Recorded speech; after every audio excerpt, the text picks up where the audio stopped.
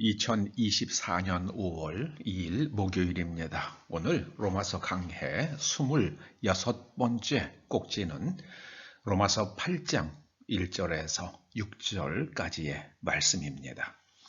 우리가 말씀을 함께 봉독하십니다. 그러므로 이제 그리스도 예수 안에 있는 자에게는 결코 정죄함이 없나니 이는 그리스도 예수 안에 있는 생명의 성령의 법이 죄와 사망의 법에서 너를 해방하였음이라. 율법이 육신으로 말미암아 연약하여 할 수 없는 그것을 하나님은 하시나니 곧 죄로 말미암아 자기 아들을 죄 있는 육신의 모양으로 보내어 육신에 죄를 정하사 육신을 따르지 않고 그 영을 따라 행하는 우리에게 율법의 요구가 이루어지게 하려 하심이니라. 육신을 따르는 자는 육신의 일을, 영을 따르는 자는 영의 일을 생각하나니 육신의 생각은 사망이요 영의 생각은 생명과 평안이니라. 아멘.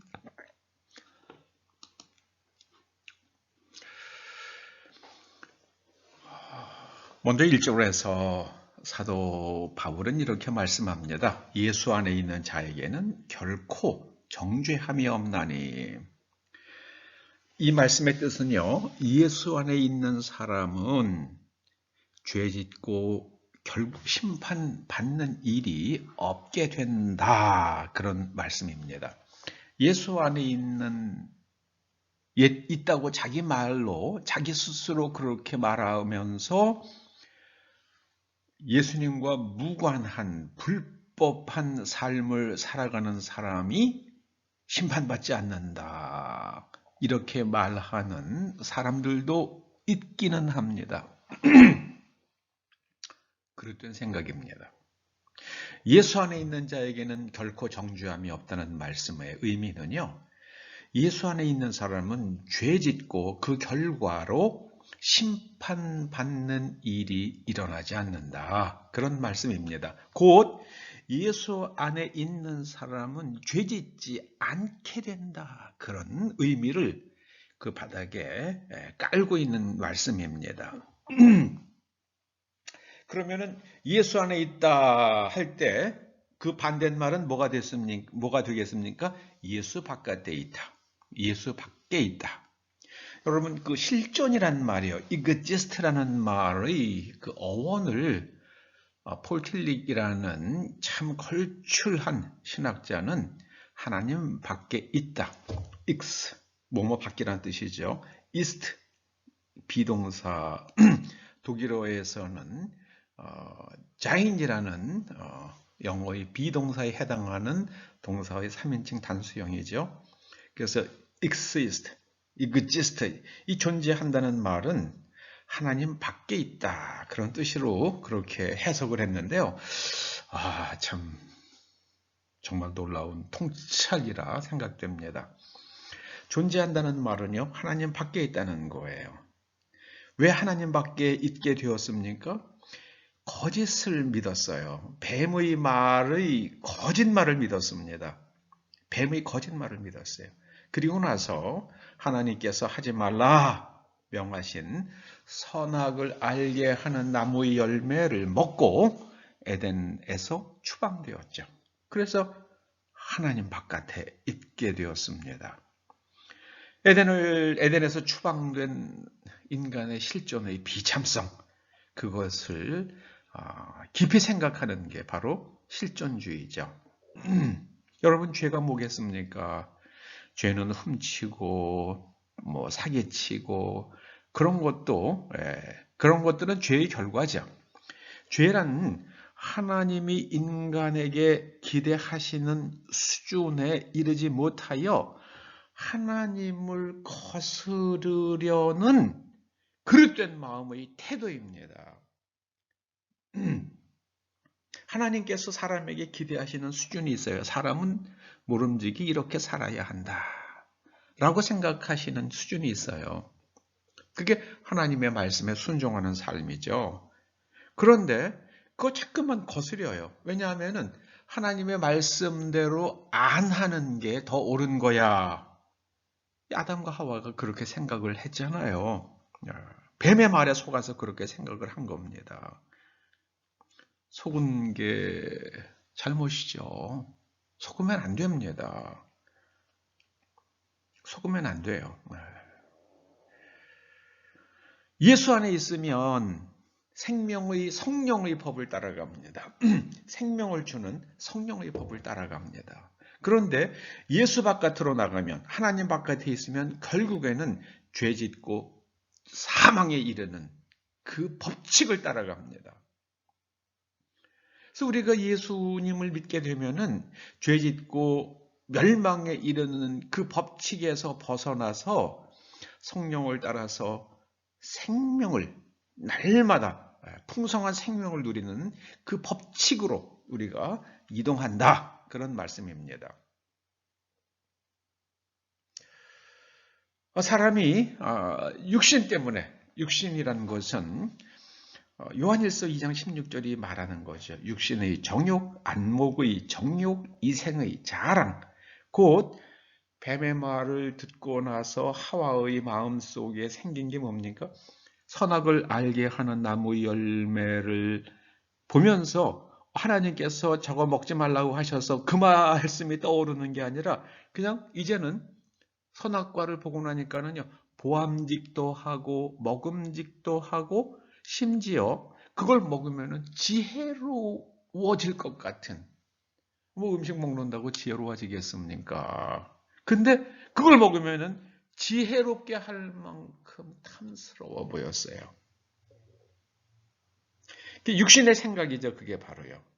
이 생각으로 번역된 프로네마라는 말은요. 프로네마란 말은 생각의 틀을 가리킵니다. 어떤 심리학자는 그런 걸 가리켜서 프레임이라고 부르기도 하고요. 또 어떤 심리학자는 내면 구조라고 부르기도 합니다. 이 생각의 틀이 중요합니다. 생각의 틀. 생각의 틀. 이 세상을 바라보는, 여러분 창문이 네모다라는 창문을 통해서 세상을 보면은 세상이 네모라는 그런 그 그림 액자 속에 들어가는 것처럼 보이잖아요.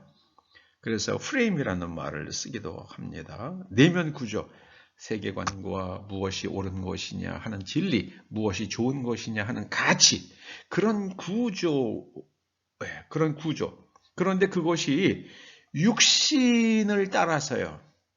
몸의 욕망을 따라서 그런 프레임이 만들어지면은 결국에는 죄짓고 사망에 이르게 된다. 그 대표적인 대표적인 사건이 다윗이 밧세바가 목욕하는 걸 보고 그 저지르게 되는, 결국에는 그 밧세바의 남편을 교살하고 밧세바를 궁으로 불러들여서 아주 살림을 차리잖아요. 그게 바로 육신의 생각입니다. 욕망을 따라서 살아가는 거죠. 나단 선지자가 와서 딱 지적하기 전까지 다윗은 거침없이 죄를 짓는 그 길을 갑니다.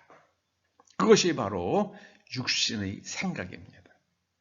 육신의 생각, 육신의 틀, 육신의 프레임, 육신을 따라서 만들어진 내면 구조. 그래서 그 결과는요, 비참하죠. 결국에는 아들이 반란을 일으켜가지고 다윗의 후궁 10명을 갖다가 온 백성이 보는 앞에서 그 백주에 겁간을 하고 그런 비참한 일들이 벌어지잖아요. 육신의 생각은 사망입니다. 그러나 성령을 따라서 생각하면 우리에게 무엇이 오는가?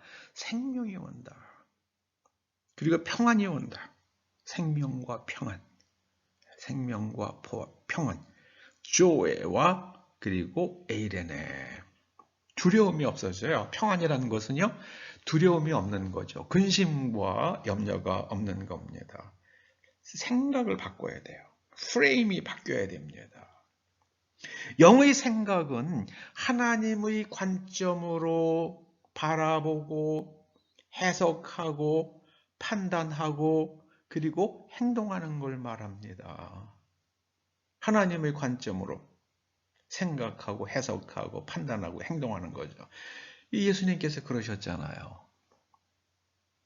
변화산에서 모세와 엘리야가 나타나서 이제 예루살렘에 올라가시면 어떤 모습으로 세상을 떠나시게 될지 다 이야기를 해주지 않습니까? 그래서 그 말씀을 통해서 하나님의 관점으로 예수님께서 겪는 일들을 계속 생각하시고 해석하시고 판단하시고 행동하시죠.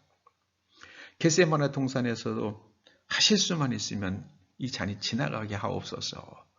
그런데 결국은 하나님의 관점으로 그 죽음의 잔을 받아들이십니다. 그것이 바로 영의 생각이에요. 여러분, 영의 생각을 따라서 생명과 평안에 이를 것인가? 아니면은 육신의 생각을 따라서, 육신의 생각이란 건 육신의 정욕, 안목의 정욕, 이생의 자랑, 그런 것입니다.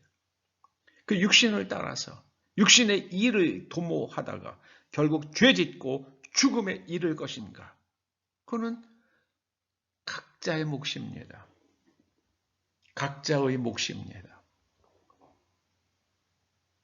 각자의 몫입니다. 오늘 주님께서 사도 바울을 통해서 성령을 따라